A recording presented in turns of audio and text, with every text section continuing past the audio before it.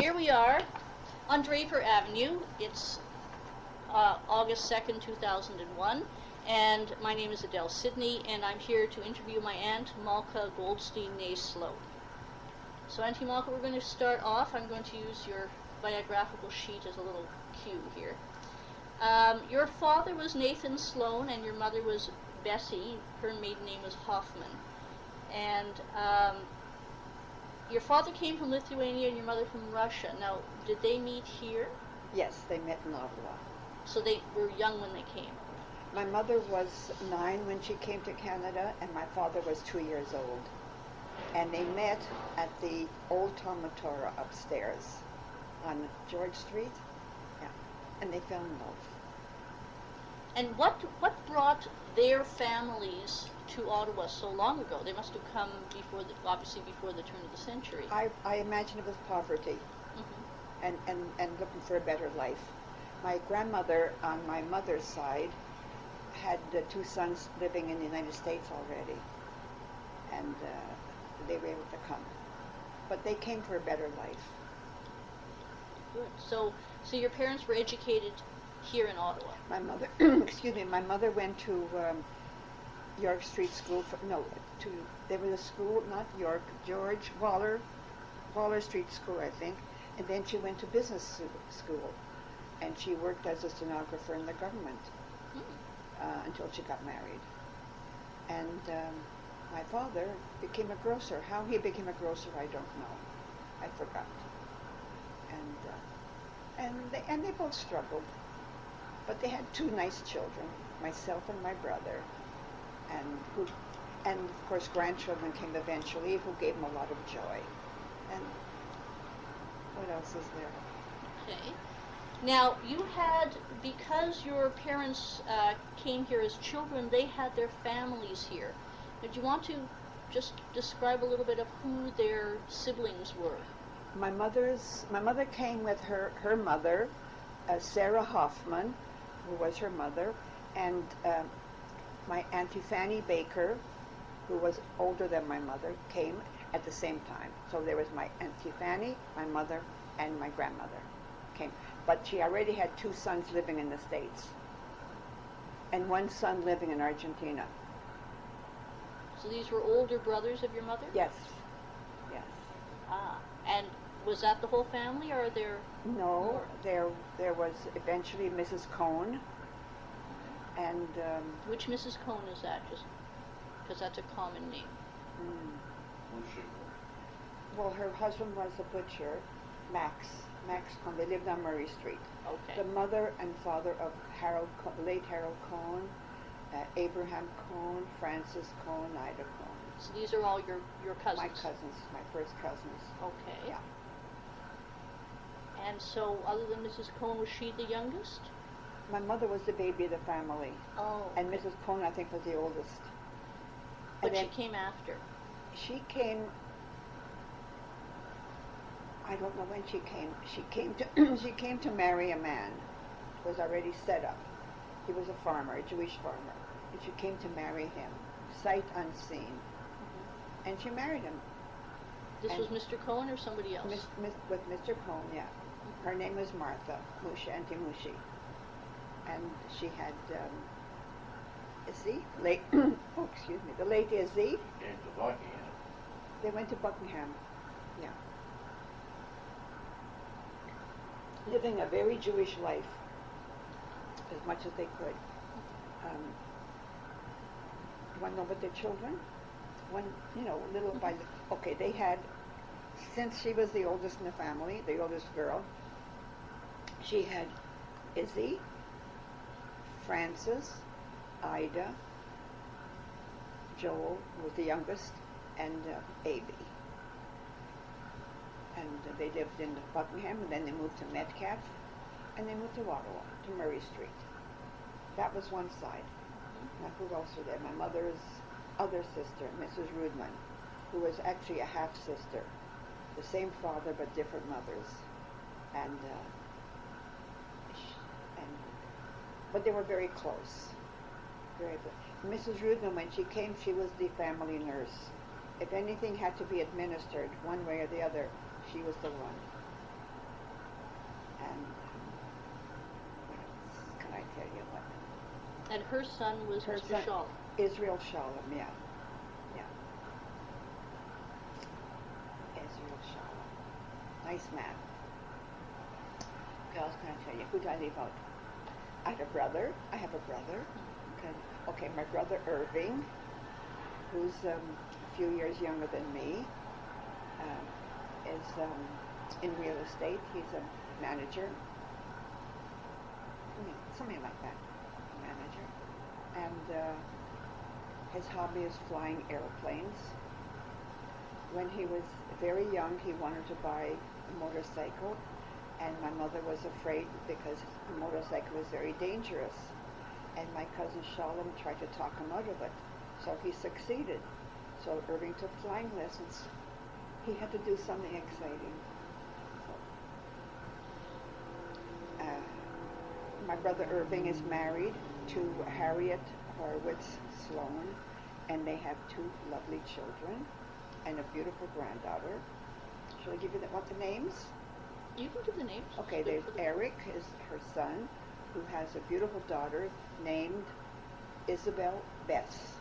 And Annie has a son, Jason, and so they both have one child. Now, can we review a little bit about your father's side, the Sloans? My father's side, the Sloans, okay. Who were his siblings? My father had a brother, Abraham, Dr. Sloan, the dentist, Dave, who lived in Montreal, Leo, who lived in Ottawa, Esther, who lived in Ottawa. Esther would have been? Esther Levin. Esther Levin, okay. Esther Levin. So there was Leo, Esther. Mrs. Cooper. And Rose Cooper. Who was married to Sam Cooper. Yeah. And they were very close. I remember the Coopers used to come over to my folks every Saturday evening because Saturday was a busy day at the store, and they never went out socially in the evening on a Saturday. So the Coopers would come over every Saturday afternoon or evening rather, and it was very nice. They were a close family. Now, Dr. Sloan became a dentist. That was quite a high educational level. Well, did the others get that level? No, he was helped by his other brothers who were already working, so they helped him go through school. Yeah, that's why he took care of us for nothing. Gratis. Yeah. But was he dentist? I remember he had a picture on his wall of him in his First World War unit. Yes. But he was a dentist. He was a dentist during the war. During the First World War. Yes. So that goes back a bit. That goes back a bit. Yeah. Okay, so let's now talk about what you remember from those early years when you were a young child. What life was like, your house, and the neighborhood, who you remember as your friends, things like that. I think it was very good because we were surrounded by there was the Roses and the Paulowans and the Balins and the Edelsons and the I don't know who else, all within 2 streets.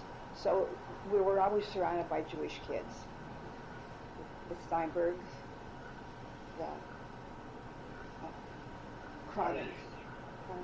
Anyway, it was very nice. It was very happy. My veranda was full of kids. Yeah, very happy. And what do you remember doing as a child, activities?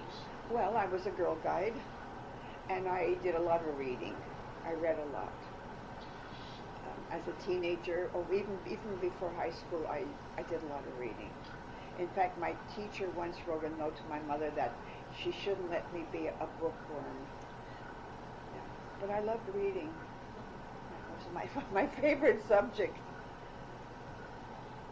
Do you remember any special friend or group when you were growing up? Well, the kids on the street, the Balins across the road, the Esther and Esther Chronic and her sister. I forget her sister's name. Irene? No. They're different family. Oh, different. Maybe the same family, but different part. Um, there's Eva Rose. We were very close. But we were all very close. We were all Girl Guides together. There was a Steinberg girl, I forget her name, living across the road from the Chronics. It was nice. I was never lonely. I'd go outside and we'd be surrounded by kids. Now, your early years were during the Depression. Do you remember that as being anything in particular, or is that was just... Nothing affected me. My mother always dressed me nicely. She used to knit me sweaters and have dresses made for me because I was very tall and lanky, and she had dresses made for me. And then as I got older, I had hand-me-downs from my cousins who both worked. So that was great. So I was well dressed. Except things that did bother me. Sometimes it bothered me a lot. Sometimes my mother would get clothes from her friends, and I was going to Lisgar at that time, and her friends' children knew me at school, and here I'm wearing their clothes, and that sort of bothered me. I didn't like it, so I didn't wear their clothes. But my cousins I didn't mind, but not when some of these other rich kids had their hand-me-downs I didn't want. And that bothered me. That bothered me a lot. You know, but I guess my parents didn't mean to be insensitive, but it was. So. Do you remember the war, when the war started, and how that affected your life? Not at all. I remember, but it didn't affect at all. Although my cousins went off to war, and we were very close, but it didn't affect me. We were, of course, we were all very interested and kept tabs on what was going on. But I don't remember being upset or anything, except when Eli went missing, and then when the family got together, and I felt badly about that. I was hoping that we would find him, but nothing. I was too young. I think I was too young and too protected.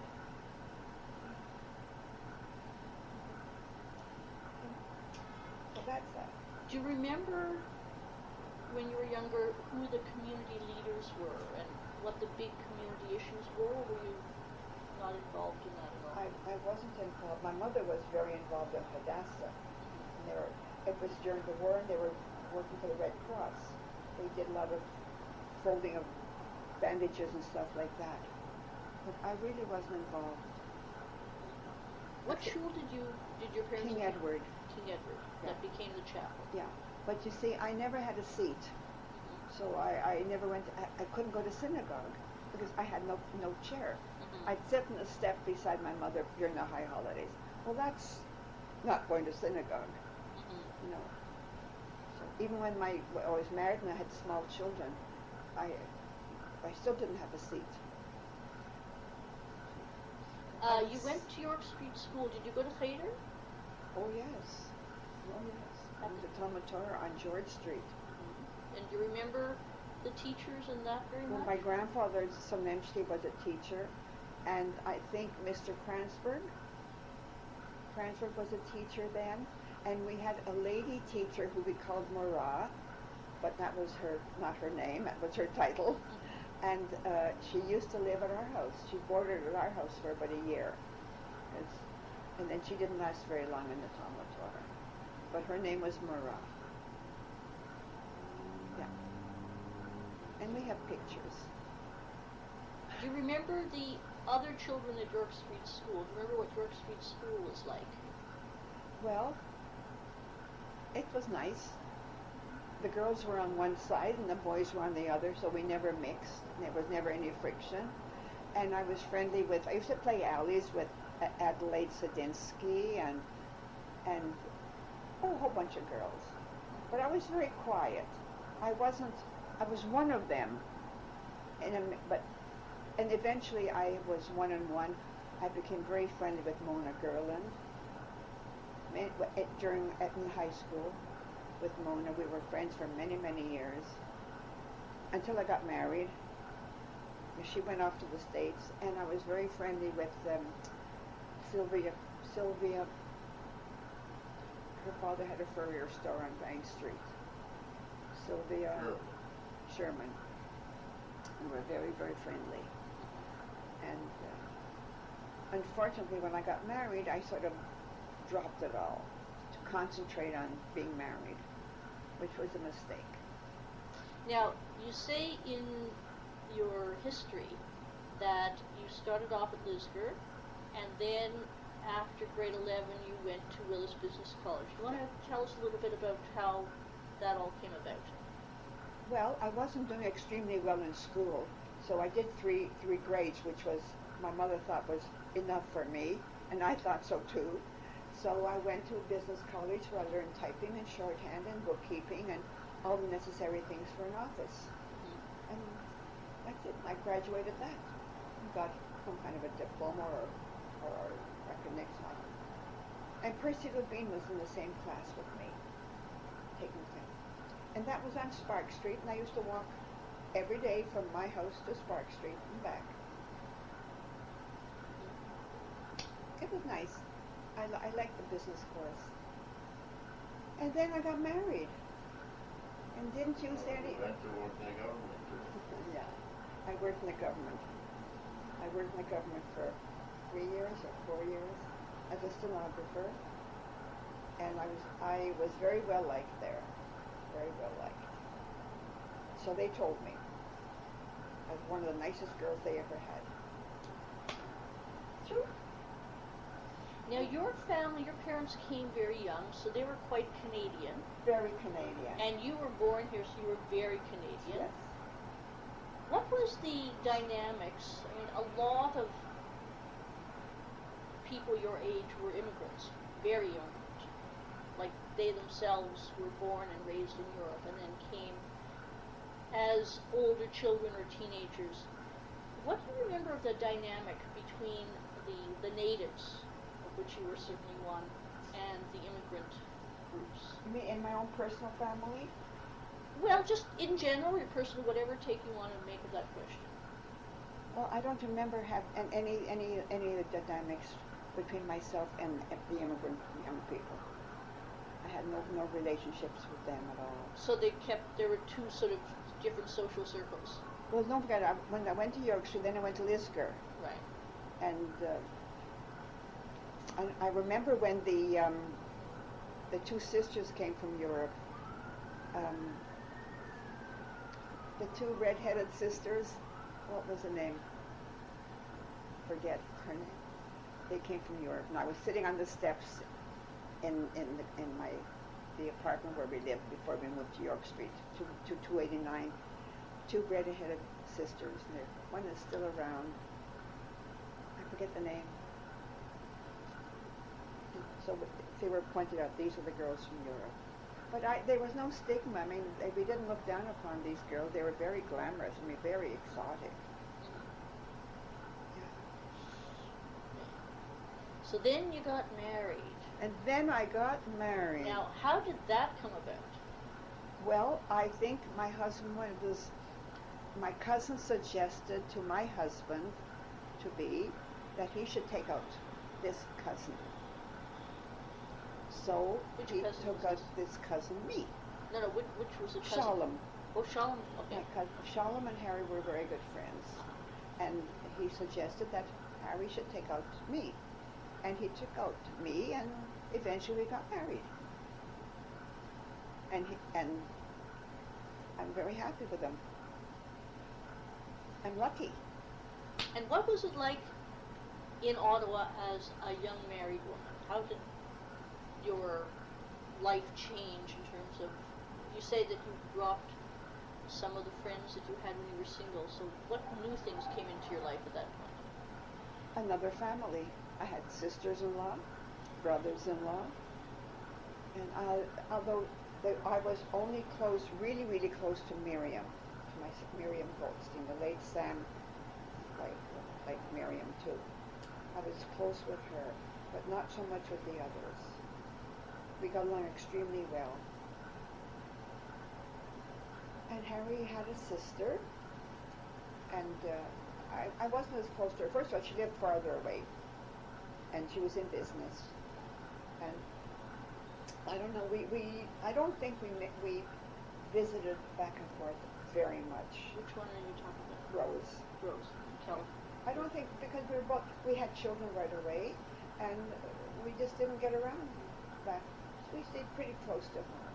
Mm-hmm. Walk with our carriages. Oh, but I was very friendly. Oh, walking with the carriages, our parade. Oh, our wonderful parades with Naomi Sager, Dina Shalom.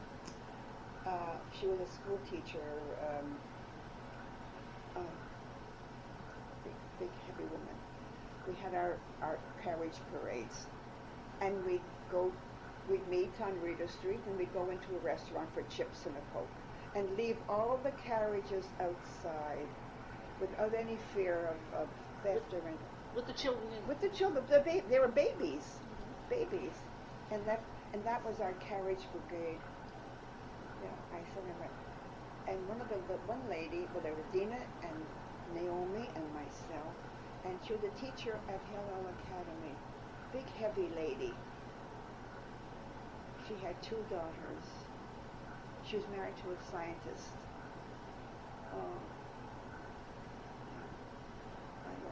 Okay. Well, so we had it was very nice. Mm-hmm. We lived in different areas, but we would meet at this restaurant on Rita Street.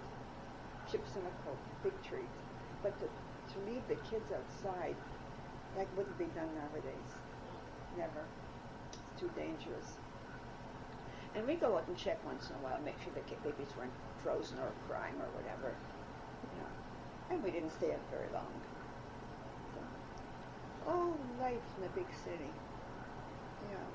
So her favorite brother, that's right. Whose favorite brother? Rose's favorite brother. Oh, I took yeah. Oh, well, no, that's not important. They don't look enough for him. But I was. Yeah. No, it was a nice life. And I taught myself to sew because I got a sewing machine as a wedding present from my cousin Shalom. So I taught myself to sew, and I made all my maternity clothes, and I made all the clothes for my child who turned out to be a boy, nightgowns and stuff like that. You know, the labor of love. And I'm sorry I didn't have the sense of history to save a few garments to show my kids now.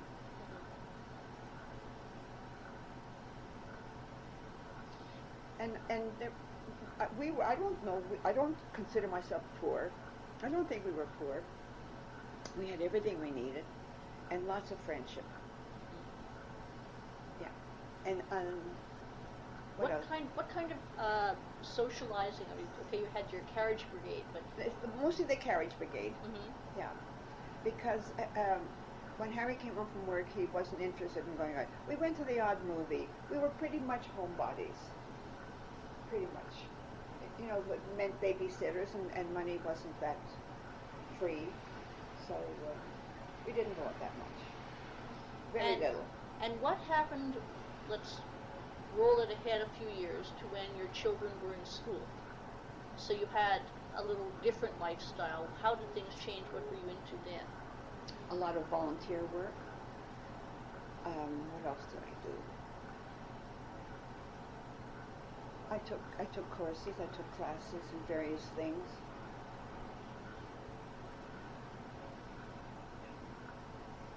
And what people do you remember? What things were popular or important? Well, I went quilting with my friend Ricky Loomer, and I quilted up until I moved into this building, and that was I quilted over 20 some years.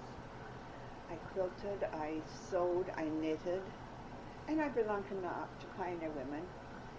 That was my main social. You helped Ruth Gibbs, Lake Bernard, nurse there. All the Okay, now you had a cottage. Can you tell us a little bit about that? Well, my husband somehow fell in on buying a piece of land at Lake Bernard. It was supposed to be a group of people who would be together, and we would build cottages side by side. Well, it didn't quite work out that way. But in the end, there was myself, like Harry and I, my cousin Shalom, and another family, the Gulnicks. But they weren't involved in our group. So, and my father was going to build a cottage. Well, it ended up that Harry and I had a cottage, and Shalom had a cottage.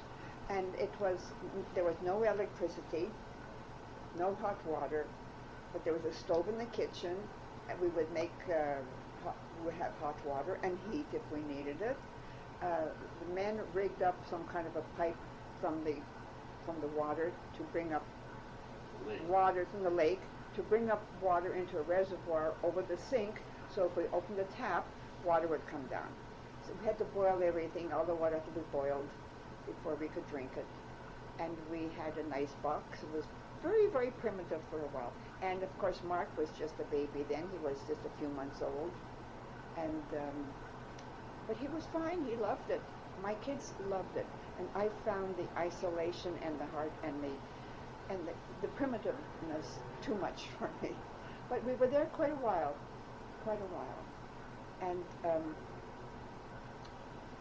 we probably would still be there if our middle child died, and I couldn't cope with the cottage anymore. So we came to the city, of course, for our summers, and we sold the cottage. So that was unfortunate. But so what things strike you in your life as being sort of momentous events, or as which? What things were important in your life, either not necessarily just in your personal life, but what things that happened in the community that you remember as being significant? For instance, you remember the creation of the State of Israel. Oh, yes. And how do you remember that? Tell us your memory of that. Well, of course, it was a very exciting time, and since we were all involved in Zionism, it meant a lot to us. We had a wonderful celebration at the Chateau Laurier when David Ben-Gurion was visiting, and our feelings and our hearts were always with Israel, and we have traveled, I think, almost every year to Israel. And of course, now that we have a daughter living there, we try to go as often as possible. But we had a strong connection to Israel.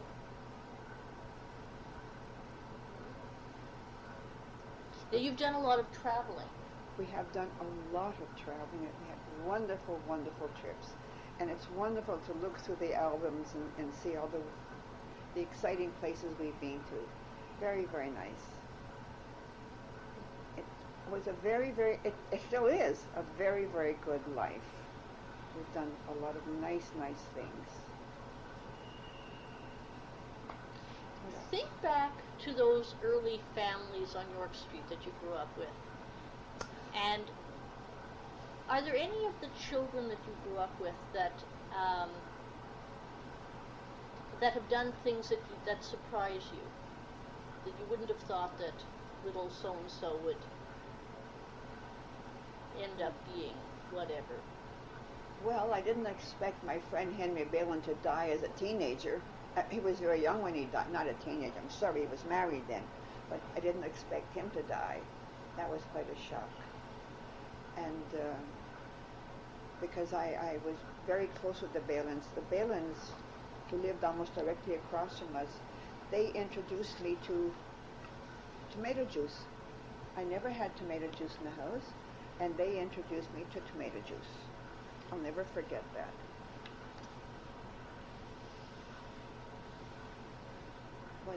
What else? You ask me questions in the Dell, and I'll try to answer them. Okay. Now, the city itself, the structure of the city in the early years, of course, the streetcars were dominant. Yeah. And even I 7 remember tickets for $1. No, for $0.25. 4 tickets for a quarter. 4 tickets for $0.25. Yeah, even I remember on York Street that into the 50s, the milk still came by horse. Oh, yes.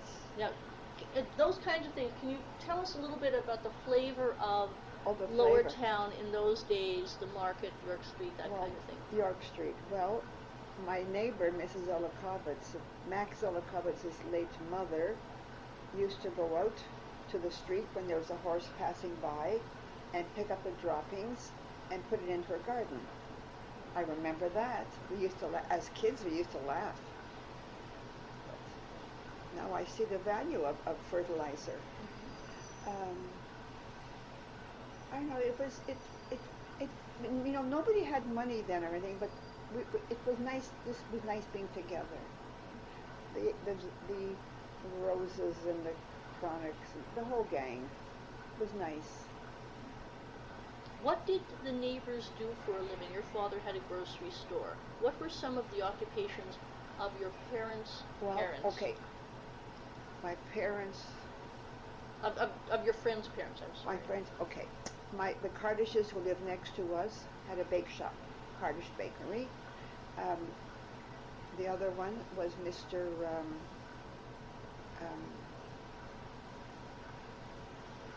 He had a horse and wagon. What was his name? Maybe his name will come to me. And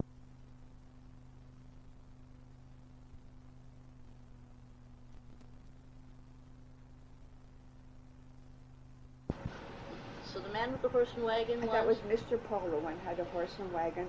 And I don't know if he went out looking for rags and bottles or sold anything, because a lot of wagons went by and they would yell rags, bottles, and people would go out and give it to them.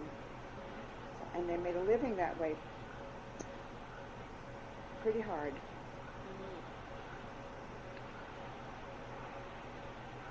Now, the Balins, what did they do? The Balins lived across the road. They were rich. Iron. They had iron works on the next street, and Nelson. On Nelson, and they lived very nicely. They used to go to Florida, and Mrs. Balin was quite a lady. Every morning she would go out for breakfast with her husband to a restaurant. Every morning they would have breakfast together. Yeah, so that was something special. And the Chronics, you mentioned the name? The Chronics, yeah. That's Esther Chronic and Sadie Chronic. They're related to the Chronics, but they were the poor family. The poor family. But nice girls. I liked them very much. We were very close. Unfortunately, when I got married, I dropped a lot of this. Do you remember what their parents did? I don't know what Mr. Chronic did. If he had a second-hand store or something, I don't remember. Store on the market. A store on the market. Now, it's interesting you say, you're talking about your immediate neighbors on York Street, right? And you talk about how this one was very poor and that one was very rich, but they lived right beside each other. The only one that were really rich were the Balins, because their house was near the business. So that's probably why they built the house there. It was very nice. There. And the Edelsons are on the corner. Or the late Davy Edelson, his family. And the Shore twins lived on one side of us. But this was going later on. And, now, did most people own their homes, or did they rent? Or do you have an idea? I imagine, well, I don't know, but I know my side was all, it's rented. Except for the Balins. Except for the Balins, yeah.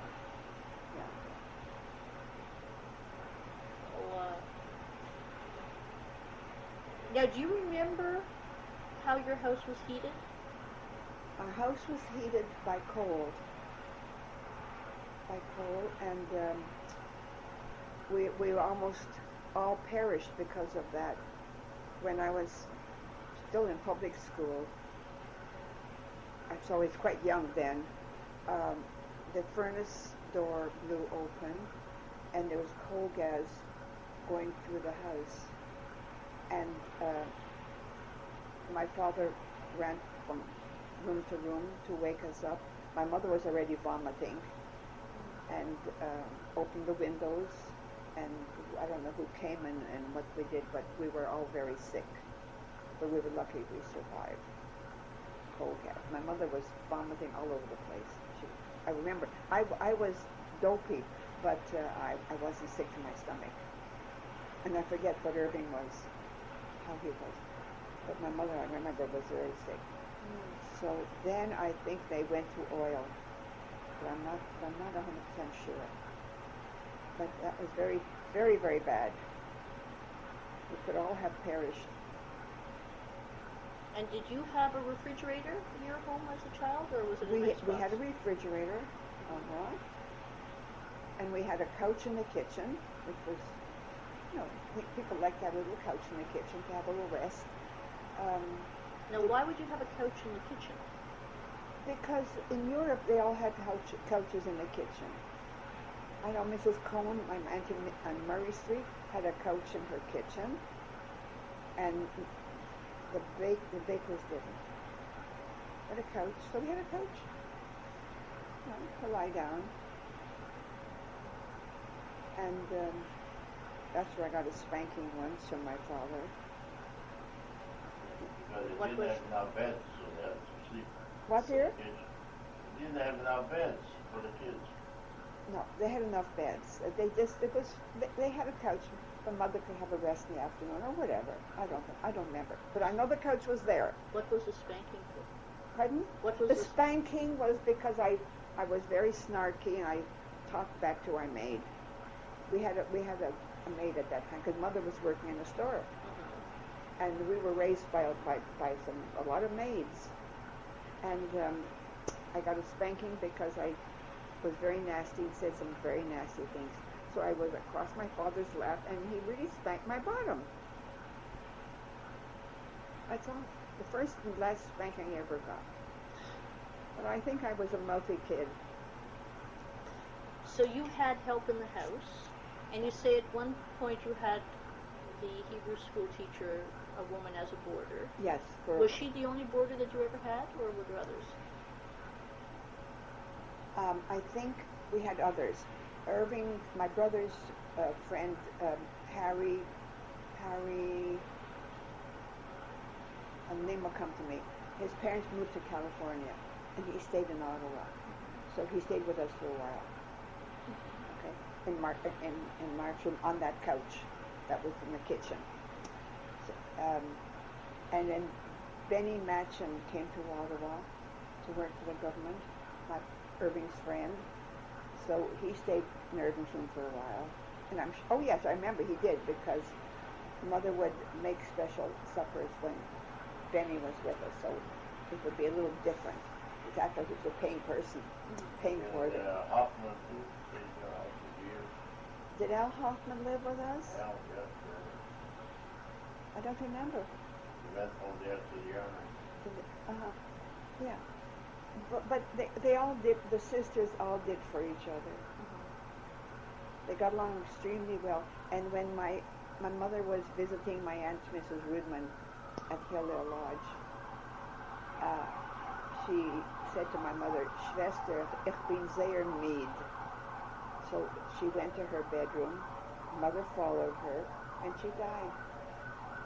Very, very quietly. She said she was, ich bin müde, and she went to her bedroom and she died. Now, what does that mean? Didn't mean. Tired. Yeah. So that was quite something.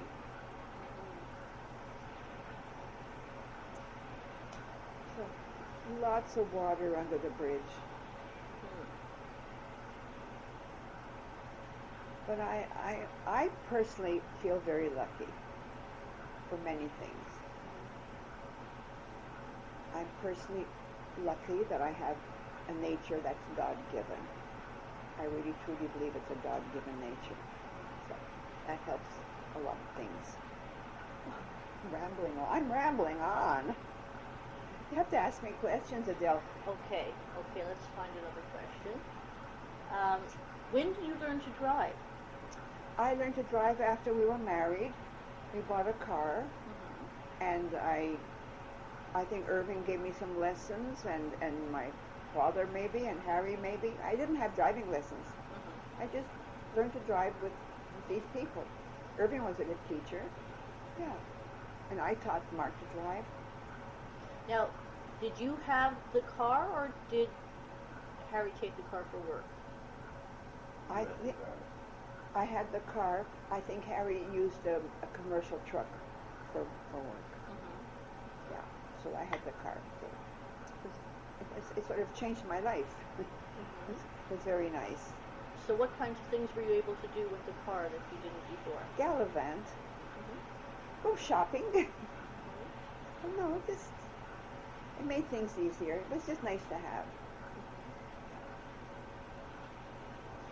Now, when you moved out to Edgecliff, you had been living downtown.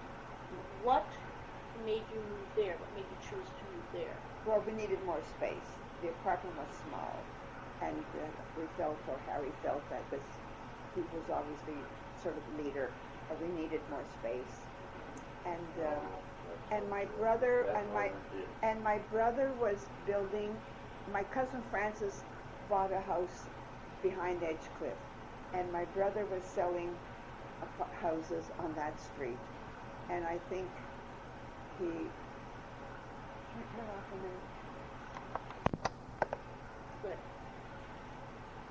So we moved to Edgecliff because at that time Hillel Academy was opened up in Agudath, Israel. So our daughter went there, and our other kids went by bus to Rideau Street for a short time. So, and Sharon started from the beginning at Hillel, at Shul.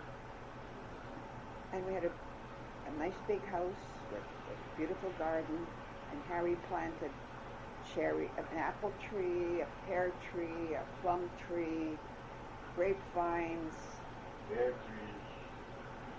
grapevines, what else? All kinds, lovely, and fruit and vegetables. Raspberries, strawberries, no strawberries, raspberries, and red currants and black currants. And I made jam from all that stuff. You made 50 jars of jam. Pies. And pies. Yeah. Oh, I enjoyed baking, I enjoyed cooking, and I enjoyed eating. And I enjoyed very much feeding my family. That gave me a lot of joy, to give them good stuff. Yeah, that was very important to me. Good stuff. Now, you were, as you say, always very involved in Zionist movements. Yeah. How did you feel about your daughter's decision to move to Israel? Well, first of all, my daughter decided on her own to go to Israel. I didn't stop her. I wouldn't stop her. And now, when she went to Israel, when she got married, and then they went to Israel. You see, yeah. They were married in Ottawa, and then they moved to, when Jonathan was going to university, they moved to LA for a while, until he got his doctorate, and then they moved to Israel. So, and Noam, their boy, was born in California while he was in student residence. And now he's in the Israeli army, and he's 21 years old.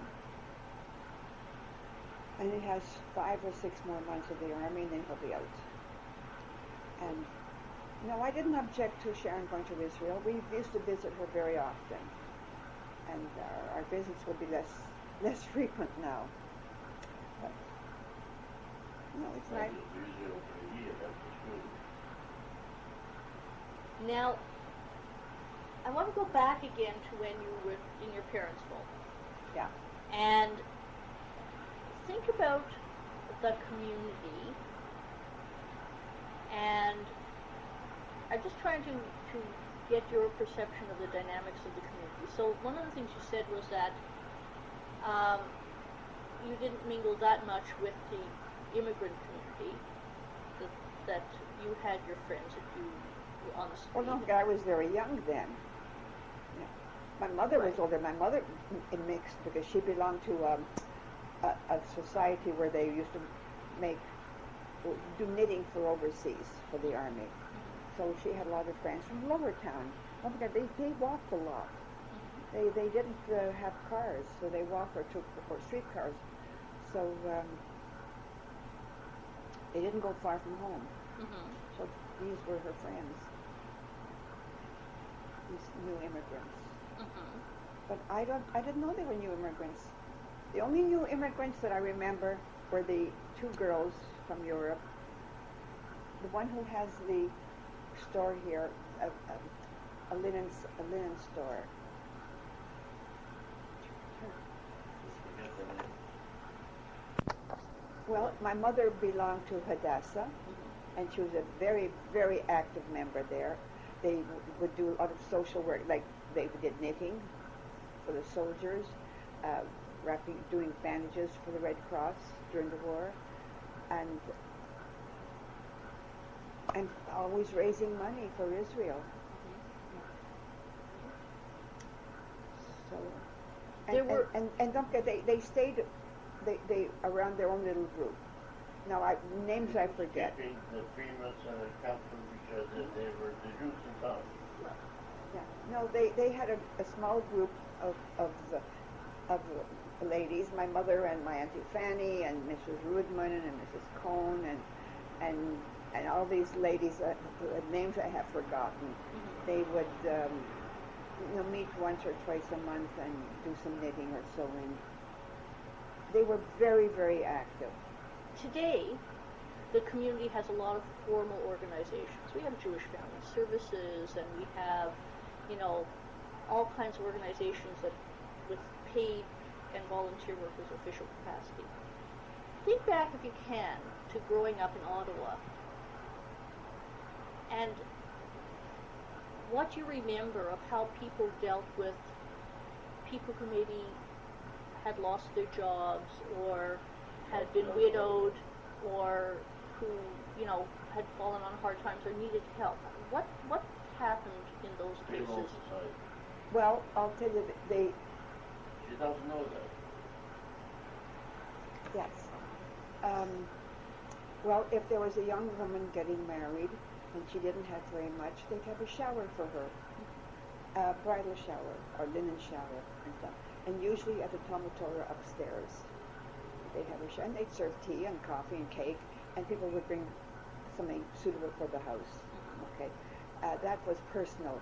As far as for business and stuff like that, there was the Ottawa Hebrew Free Loan Society. You were allowed so much money, but you had to pay it back. And there were conditions, but I don't know that. And that's still in operation now. So Ottawa Hebrew Free Loan Society. Do you remember these showers or these Oh yes, collections? because when my cousin Ida Cohn got married, they had a shower. That was the one I really remember because I went. Because I wasn't going. I invited to all of them because I was not a relative and I was a kid. But I remember it was nice. They brought towels and pillowcases and small things, but useful. I remember Ida's shower. And what about, like when you had young children, newborns, did people sort of help out with, not everybody had a mother around to help or relatives. Was there, within the community, kind of a system of helping people when they had events like that? Not that I know anything that was organized by the community. I think I see that just the family helped out. Relatives helped out. Because I wasn't aware of what was going on. But it would have been nice. So you feel growing up that you had a lot of family around you? You felt Oh, close it was to them? wonderful, yeah. Both sides, the Sloans and the Hoffmans and the Cohns. Oh yeah, it was wonderful. Wonderful. And oh yes, one of the highlights of my when I was a kid, my father would take me to visit his brother Leo, who had a store in the West End a grocery store and a candy store at the same time. So they let me, my uncle Leo would give me a bag and say, go get candy. And so I filled this little bag with candy, and that was quite something. Yeah, he's gone now. His wife is gone now. The store is gone now. It's all gone. Speaking of stores, now, a lot of the Jews had stores either on the market or later on Meadow Street. What do you remember of the commercial part of town, of shopping and going into stores? Well, Freeman's was the place to shop. And then Ogilvy's. There was a store called Bryson Grains, which was nice. And another store on the mall on Spark Street, I forget the name. Devlin's. Yeah, a lot of nice. Yeah, and Simpsons. No, I don't think Simpsons was there then. But the Freeman's was very, very elegant. Always elegant. Their windows were beautiful. Kaplan's and Rock. A lot of Jewish stores. Kaplan's, Larox. Yeah. Now, this was before the days of supermarkets, really. So what was this grocery shopping like? Well, you go to the corner store, or you go to my father's store in the market.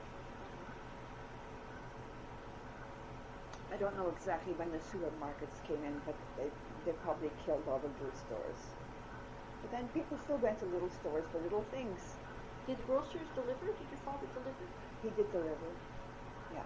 If it was a decent size order, he would deliver, especially around Christmas time. So did he have a car, or how did he deliver? Sometimes by bicycle, and sometimes by truck. If it was close by, they could put it on. Even in winter, they were driving those bicycles with the stuff in front. Yes, it was hard. But I think my father had some kind of vehicle where they could deliver orders. Oh, in the car.